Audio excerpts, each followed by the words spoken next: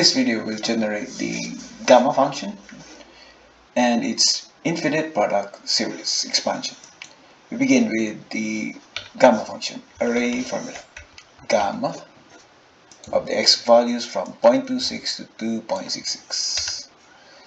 And the infinite product, which is 1 over x times big pi, or the product of 1 plus 1 over n raised to the power x divided by 1 plus x over n.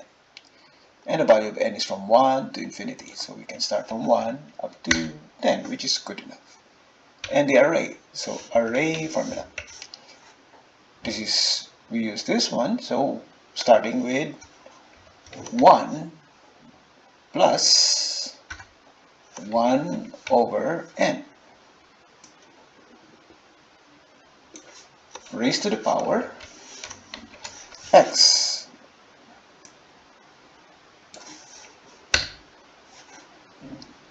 And we continue. So we continue with this. So divided by the quantity 1 plus x over n. So x divided by n.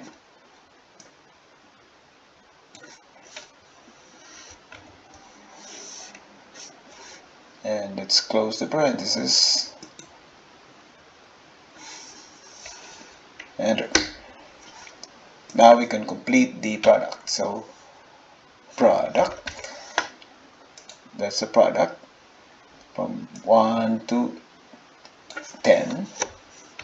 And this is divided by x, so that's 1 over x, so that's divided by x.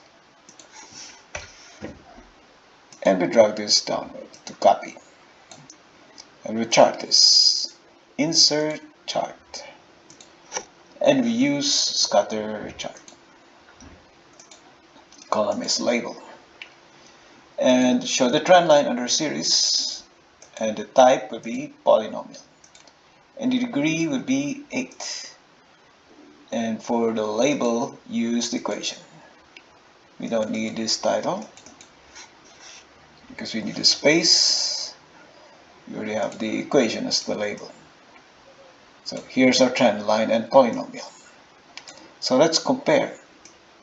There's a slight error because our value for n is from 1 to 10 only. But we can increase that to infinity and this will be reduced. Let's compare the polynomials of the two. So coefficient of x to the 0, that's 9.62, 9.67. Coefficient of x minus 40.3 minus 40.4. Coefficient of x squared, 88.5, 88.5. Coefficient of x cubed, minus 115, minus 115. Coefficient of x to the 4th, 93.7, 93.7. Coefficient of x to the 5th, minus 48.3, minus 48.3. Coefficient of x to the 6th, 15.3, 15.3. Coefficient of x to the 7th, minus 2.72, minus 2.72. And coefficient of x to the 8th, 0.207, 0.207. So this completes the use of infinite product series to approximate the gamma function.